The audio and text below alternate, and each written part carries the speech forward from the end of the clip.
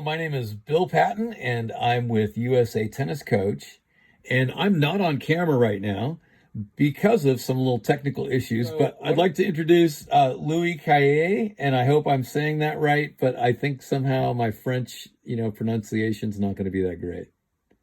It is perfect. Okay, thank you. So, Louis, tell us a little bit about your background as a coach and what are you currently doing in your coaching, and then we'll kind of go through your timeline of development. Okay, let's say I have two main background. One until the age of 50 in Canada, where I was Davis Cup captain and coach there, where I was in charge of as performance advisor for the coaching certification. I was also a part owner of the Non-Talent Tennis Club, which was the biggest indoor club in Canada with 20 indoor court. I was a part owner with Pierre Lamarche and Ari Novick of the All Canadian Academy. So it was a great academy for Canada. So I was pretty much always involved with tennis. I started to coach at the age of 16 to pay for my studies. And I study in education, which is, I wanted to see how people learn and how to increase the learning curve of everybody, which will be in front of me.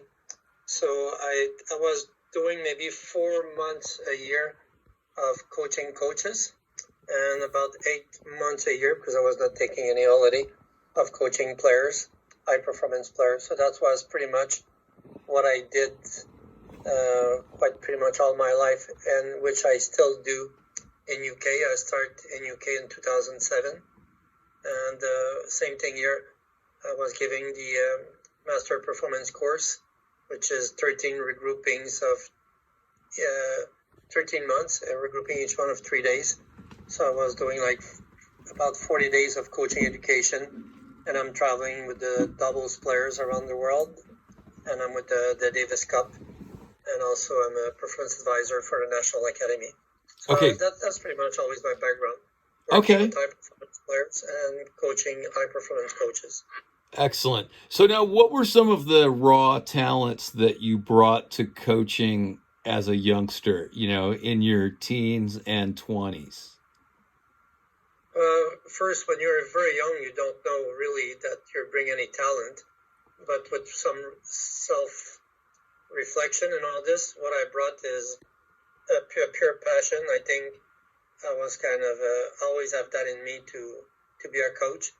So you bring your passion, and I remember like a coach saying, people care what you know when they know that you care.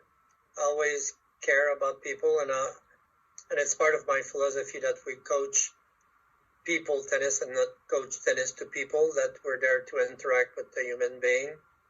And in some case with the kids, just to ensure they develop great self-esteem, because if they don't make it as a pro and you have help to develop their self-esteem, they'll be much better in life.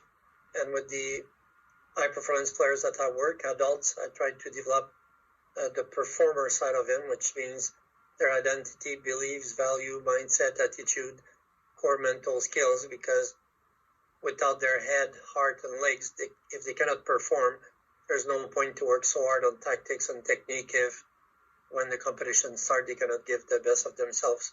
So that was pretty much always my focus. I study in education because I always have a passion to help people learn, and that's what I brought, passion. And as I get older, some expertise in education, and I always brought my passion. I think if you talk to any players that I coach, they will say, I think that I care about them, I work hard, and I'm quite passionate about what I do. That's great.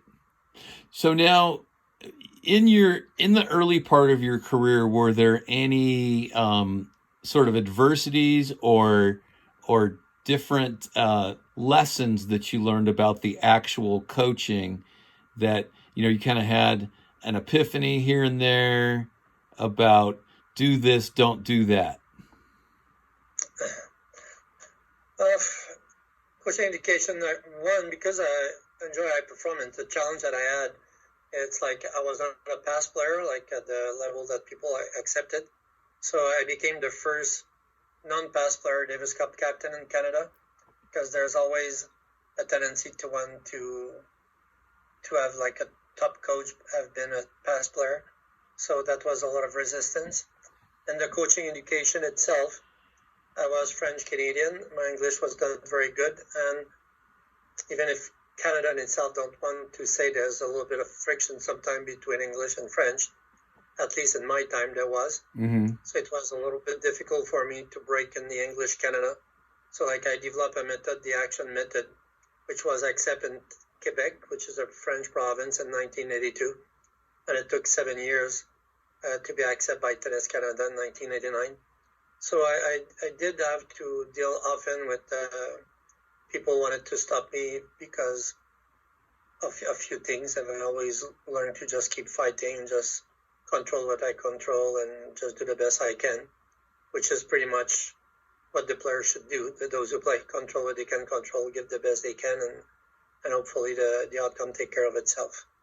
Okay, so you referenced that you've been studying education, and what are some of the primary theories that you act out of into players, the educational theories that you put into practice?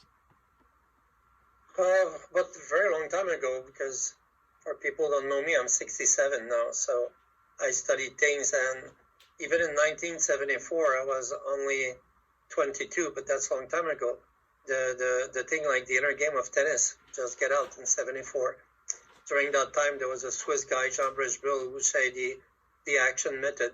So it was all like, one, the inner game is you have to win the inner game before you win the outside game, which really influenced my philosophy of developing a performer before a tennis player. And that tennis was an open skill. Now everybody knows that. But at that time, it was quite revolutionary to say the forehand is not a model. The forehand, it depends. And then you need a depends for the forehand. It depends of what. Everybody say that. If I ask you, Bill, should we do a forehand like this? You will say depends. Then I may tell you, okay, it depends of what and what change. So I was quite passionate with that, and I developed a very strong framework called the action method. And let's say, for example, if you want me to assess your backhand, I'm going to tell you in 30 minutes what I would do. I will assess your backhand on return of serve, both back, when you come to the net and when you pass. In all these game situations, when you're on offense, neutral defense, and when you attack, to see if you attack with power, precision on the rise, if you rally threshold, rally accuracy, rally tempo, and if you defend, your ability to stem the point, neutralize back, or turn the point around, stuff like this. So it will be very, very game-based, Mm-hmm. and then I will address the different way you have to use your body, your racket, and your footwork to deal with all these variations and to become very skillful. So I had an approach that developed a lot of skill development, contrast skills, and I tried to do it in a context that it's easily transferable to match play, and also create a pressure environment where you can also do that with pressure, playing points, and deal with it. So therefore, I will create a lot of muscle relaxation, breathing out, and to develop things that can sustain pressure. Okay, terrific. Now, you referenced winning the inner game before winning the outer game. And so what are some of the issues that people have on the inside that they need to resolve? Yeah, but personally, I don't always like to solve people. Like if someone hammer you on the head and you take always aspirin, I will say, just stop hammering your head, So Right. for me, a lot of the sports psychologists, I would not be liked by them, but they always try to solve the issue by do the routine, do this. Personally, I think if you develop very strong beliefs, values, and stuff like this, it take care of itself. So all my approach is to have the players believe that whatever happened, they can handle it. So we have a very strong tactical framework based on myself, my game style, strength, weakness, opponent. Like you could play against any different game style. A lefty, guys who win ball, you know what you're going to do. Environment, training, altitude, score when you're ahead, when you're behind, playing whatever scenario. It will be a bit too long, but after a year or two, if I work with someone, you will have the full belief that whatever happened, he can handle it. So this came from the book, Feel the Fear and Do It Anyway. If you really have that belief that whatever happened, you can handle it, how can you be anxious, fearful, tense? Because you have that inner belief that you can handle it. So if we go on a safari, both of us, and I know survival skills and I know everything, I would not be stressed. If we're both lost and we know nothing, we're going to be scared to death, you know? Mm-hmm. So I really always work to make them believe in things, feel something with sometimes evidence and all this, that what caused the stress, what caused the anxiety, just disappear. So that's why I like to use 3 words. It's not just informing people. It's not also forming people with specific competencies. It's to transform the way they think. Because if you change the way you think or look at things in a certain way, it changes the way you feel about something. Yeah. And if you change the way you feel about something, it changes the behavior on how your body feels also, especially in a sport like tennis. So I much prefer it's like for health, you know, like if I ask you, how is your health? If you answer me, I'm quite good, I was not ill for the last 3 months, that's not health. No, if you say, yeah, I'm full of energy, I'm vibrant with vitality, that's health. So I try to develop very healthy competitors.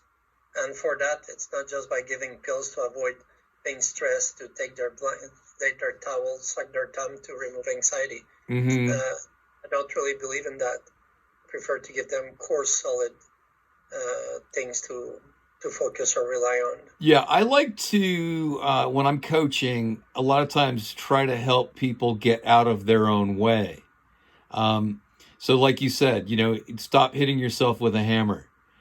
So what are some of the behaviors on court or the thinking that people have that's akin to hitting yourself with a hammer?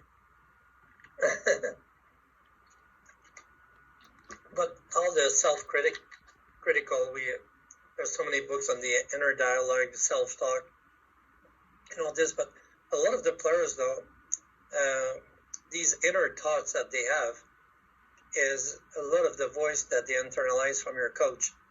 So, for example, let's say you miss a volley. Come on, stop, I told you, don't take a backswing. Don't do this or do that. Okay, you have to focus more and all this. So suddenly you play a match, you miss a volley. Oh, come on, stop doing your backswing. Come on, focus. And you start to just do that. But if you have a coach which is quite supportive, and instead of dwelling on the problems, just always highlight the solution. So if every time you miss a ball, I say, come on, Bill, keep your head in front. Maybe you can do this. But if you come at the net and you miss a volley, you will say, come on, let's go, Bill. Come on, keep your head in front. You can do this. You will have an inner talk that motivates you, are always based on the solution, instead of having an inner talk that criticizes you and always make you dwell on the problem. But I think the coach has a big responsibility in that, because often the player really is influenced by the way he is coached. So I prefer to coach with praise and encourage, so to talk about your volley. If I say, Bill, that's the way to volley, that's a praise, because you did it well. Come on, Bill, you can keep your hand in front. Obviously, if I say that, you didn't do it, but I don't state the problem of what you didn't do, because you don't know right now why you missed, but you know the solution. Keep your hand in front, for example. I think we have a big role to praise, encourage, make them feel confident, competent, make them believe in themselves. And if we do that, after a while, you don't have so much behavioral attitude problem to say, I don't like to coach, stop criticizing yourself, stop doing this, take your time and all this. If you coach them well, they will have a specific routine. They will know why they're for. They will manage their time well. They will go and overall their performance, you maximize their chance. You maximize their chance to peak perform, and I think that's really the job of the coach, to ensure that, not just say, bend your knees, take a short backswing. We have to help them to perform on the court. Right. Bend your knees, take a good backswing, and that'll be $80, please. Exactly. Yes. $80 So $80 in USA and £35 in the GB. Okay, right, got it. So Oh, by the way, because of the way we're doing this, I don't have a way of keeping track of the time. So you let me know when we're drawing near to a close, so we can do a proper closeout on this. So it Well, can't. we have 15 minutes. I'm already dressed. I have my jacket ready. Okay, terrific. I leave at in 15 minutes. Thank you for that. Now, what are some of the common stumbling blocks of coaches that, they habitually or, culturally do certain things, and if they learn to do differently, then they could be much more successful with their players. What do you see as some of the stumbling blocks? Of course, I will relate more to high performance because that's my field. Okay. Because I think coaching socially a member once a week, where you want to make them love the game and just be competent and playing with their friends, is you require some specific coaching skills for that.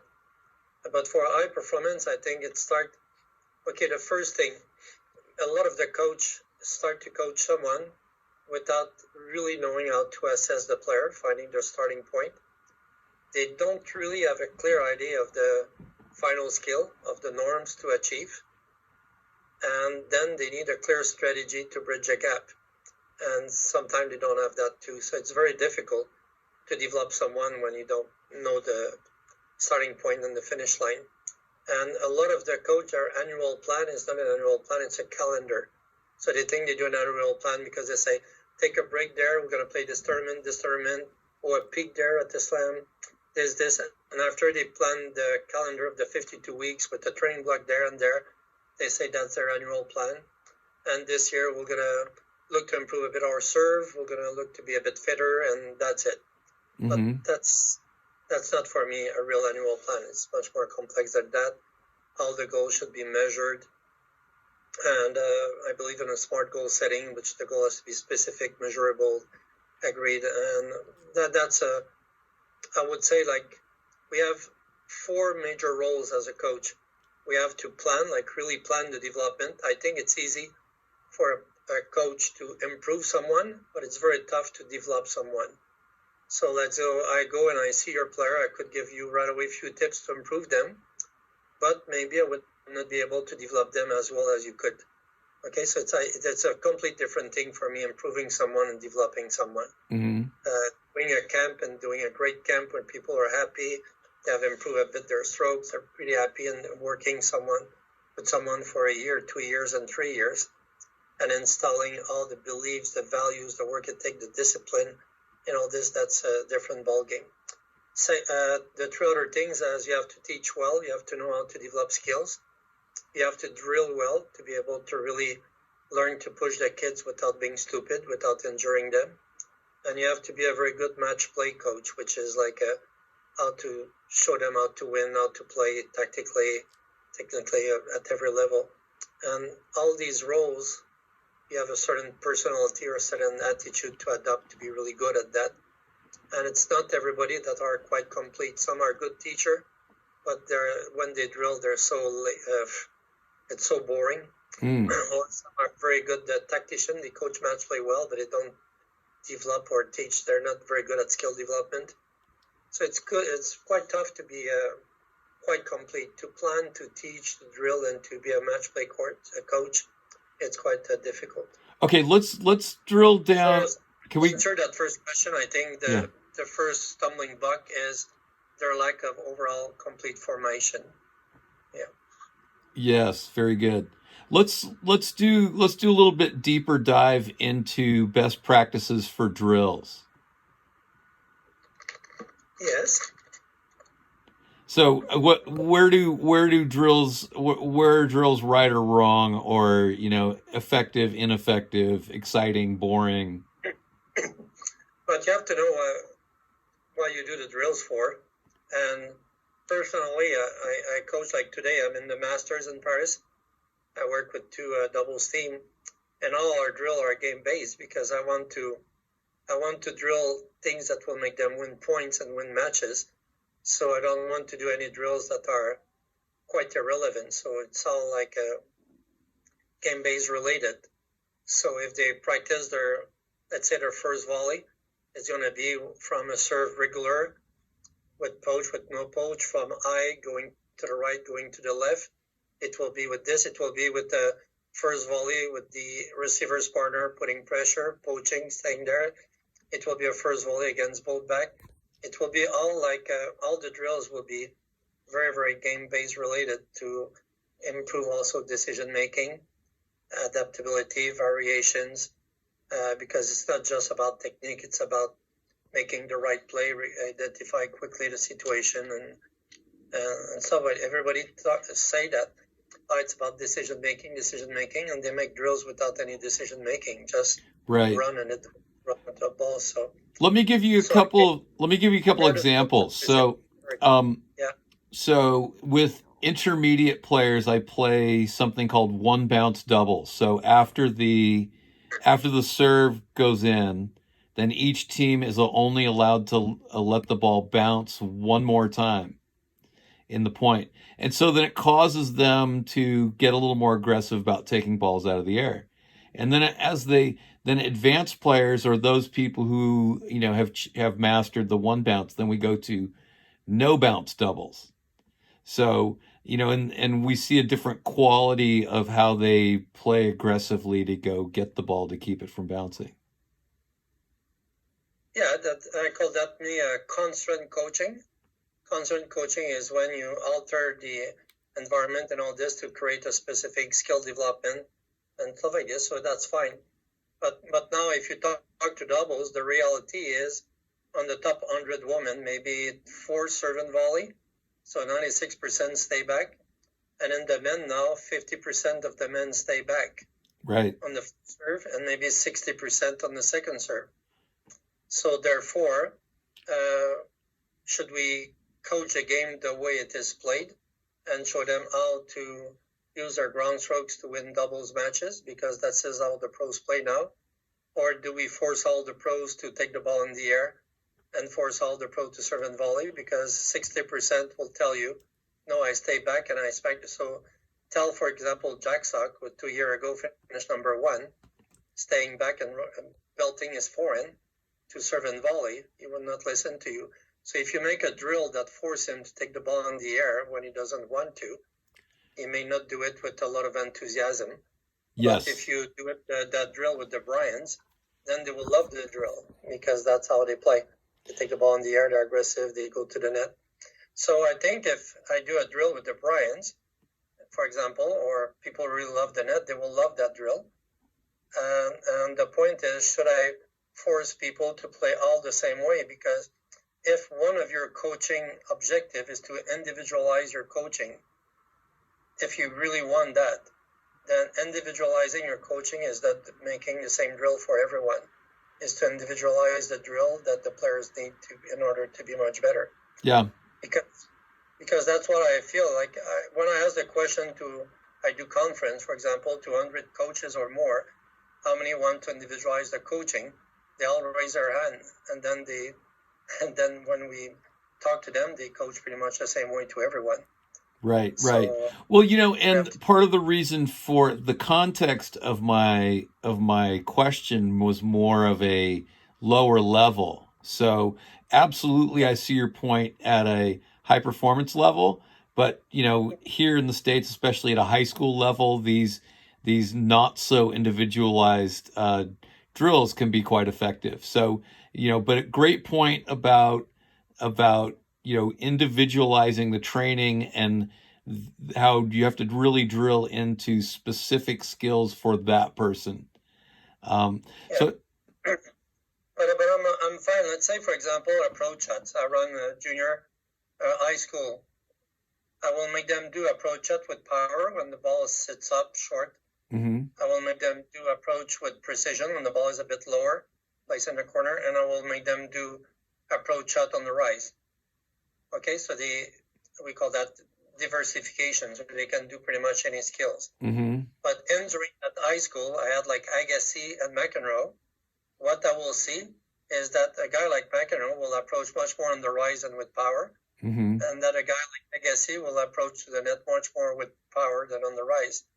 But at least I give the gift to all the high school junior to experience hitting on the rise with power and precision, because I impose the drills to everybody. But after that, they can select and individualize their approach. So therefore, I would like to offer a diversification, because you have to have group objective. You cannot give private lesson when you have 16 players that you're on at this. So you give a group objective, but you get sure in your planning that you diversify enough your drills that you can touch the different game style of the different type of student that you may have, and that everybody touch a little bit on it. Because even if you prefer a certain shot, you prefer to attack with power, I guess he still will have a low ball that he has to place in a corner. He cannot always attack with power. So it's good that they have a range of skills. So in this case, yes, you can always do a group objective where everybody does the same. No issue with that. Excellent. So let's move on to tactics. So what are, when you talk about, I like to think of tactics under the umbrella of strategy. So where you have an overall game plan to play a certain strategy, and then I like to think that 3 to 5 tactics are manageable in a match, without, to prevent overthinking. So how is it that you develop that within a player, a kind of a framework for their A game, and then maybe their B game and more? Okay. Personally, I don't put tactical development under strategy. Tactical development is one thing, and strategy is one thing. Because when you talk physical development, tactical, mental, and all this, and the topic is tactical development, it's not strategical development. So when you plan during the year tactical development, you need to plan everything around surface, score, opponents, whatever you think, space, time, and you develop players during their training on all this. When strategy comes for a match, most of the coach think it's a game plan to beat the opponent.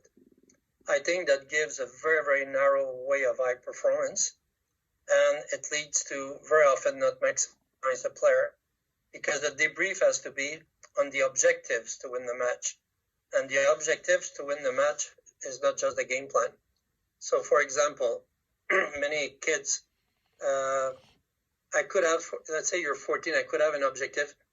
Bill, you understand me? You have to run everything until the second bounce. Even when you do this, you do that. It's very hot today. Every changeover, don't wait to be thirsty. I want you to drink. I would like to give you best attitude. Be sure you take your routine between points. You're going to take your towel and all this. The match finish. You were rushy. You get upset. You get mad. You think you didn't run every ball to a second. Like you didn't do all this. Mm-hmm. Plus, you had also objectives, serve on the back end, do this, to come in. Right. But the debrief will be on the objectives of the match. And the objective of the match are not just the game plan. Mm-hmm. They're also everything relate with your attitude, your behavior, and all this. And the players that I call that the performer and the player. Mm-hmm. My first debrief is always on the performer. So if I coach you, and as a performer you didn't show up, you didn't give your best effort, and you lose all the stats that I've done for you, I don't share it. All the video, because I videotape every match of the coach. And at the level I coach, it's fine because they're all on tennis TV. But every video analysis, they don't have it. And suddenly they realize that I'm not joking. If they don't perform, that's it. You have to perform next match. And eventually, if they don't perform and my coaching doesn't go through, let's stop working together, because it won't happen. But I'm lucky. They realize that I'm right. They have to come on the court with their head, heart, and legs and give their best effort, because then any type of feedback is pertinent. So I replaced the word for strategy instead of the game plan to beat the opponent by the objectives to win the. And the objective are on both the performer and the player. And the player, of course, is tactics. Like you say, 2-3 tactics. But these tactics are not what are the base of the tactical development. If you have a solid tactical development, you take these 2-3 tactics from what you have learned and trained before, and then you implement it. But it's true, you cannot do that. And too often they go too quick to plan B. I think the first thing is raise the level of your plan A. Mm-hmm. Sometimes stress, you were a bit tight, you're a bit rushed, or the guy started a bit too strong, surprise you. Sometimes just calm down, slow down. Still go for your plan A for a little bit longer, unless it's so obvious you have to change. And then go plan B. But I think sometimes they panic too quick and they say, I'll try everything. I take plan A, plan B, plan C, plan D. But I say, that's it, you panic.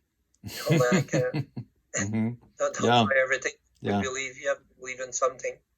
So that's it. So strategy for me are the objective to win the match, and tactical development for me it's based on 6 pillars: myself, the opponent, time, space, environment, and score.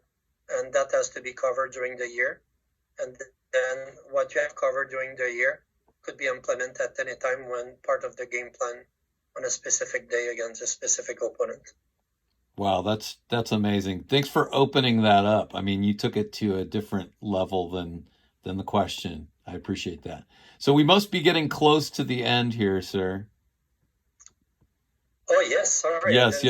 So okay, so let's put a little wrap on it. Let's put a bow on it and say, all right, what are the top 2 or 3, takeaways from this talk that you'd like to leave people with?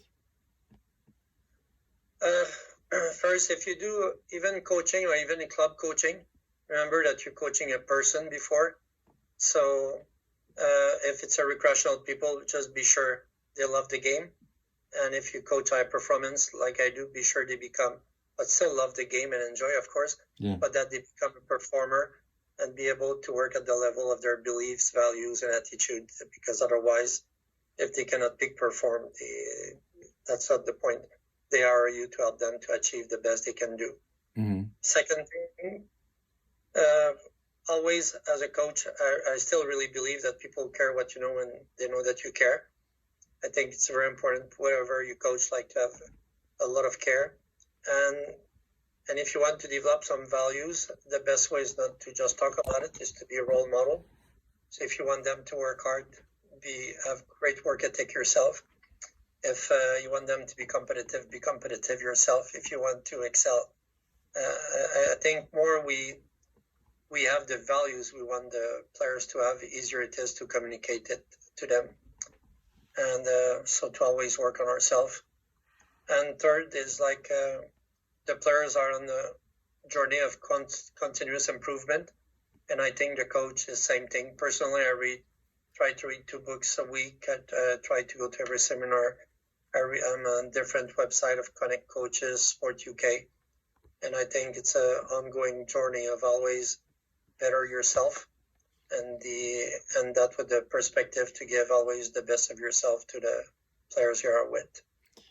Thank you so much. I really appreciate your time in between this, obviously very important tournament. And best of luck to you and your players. Thank you very much, Bill. All the best. All right. Take care. Bye-bye. Thank you.